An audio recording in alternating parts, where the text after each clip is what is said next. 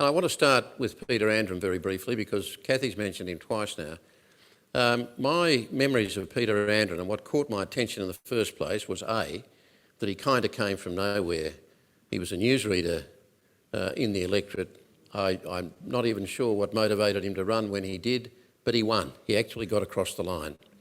The next election he increased his vote, and the next election he increased his vote again. But the really notable, remarkable thing about him for me was, and this went to the integrity of this man, that on an issue like refugees, where without leadership, you see, I frankly believe, and I've seen the evidence of this, I believe that it is in most of us to do the decent thing.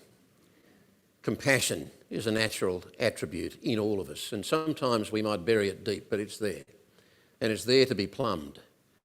And I would like to think that most Australians, even if in the end they find themselves voting for a system that incarcerates people on little islands where the treatment, as it's been clearly, despite the secrecy and despite the walls and despite the security guards and despite the remoteness, the story has still got out about the most appalling treatment and the suicides and all the rest of it. Peter Andren actually took a stand there.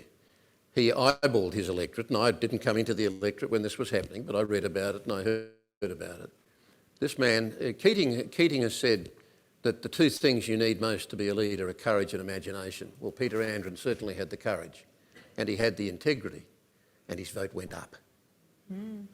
So most city people would assume that they'd have this stereotype about people in the bush, that they're all conservative.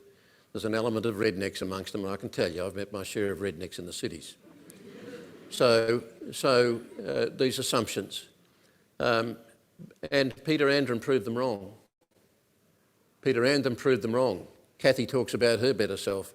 Peter Andren found the better selves of a great number of people in this electorate, and they rewarded him for it, and they made a statement about it. And I think, from memory, his margin was a huge margin by the end. Yeah. So that says a great deal. The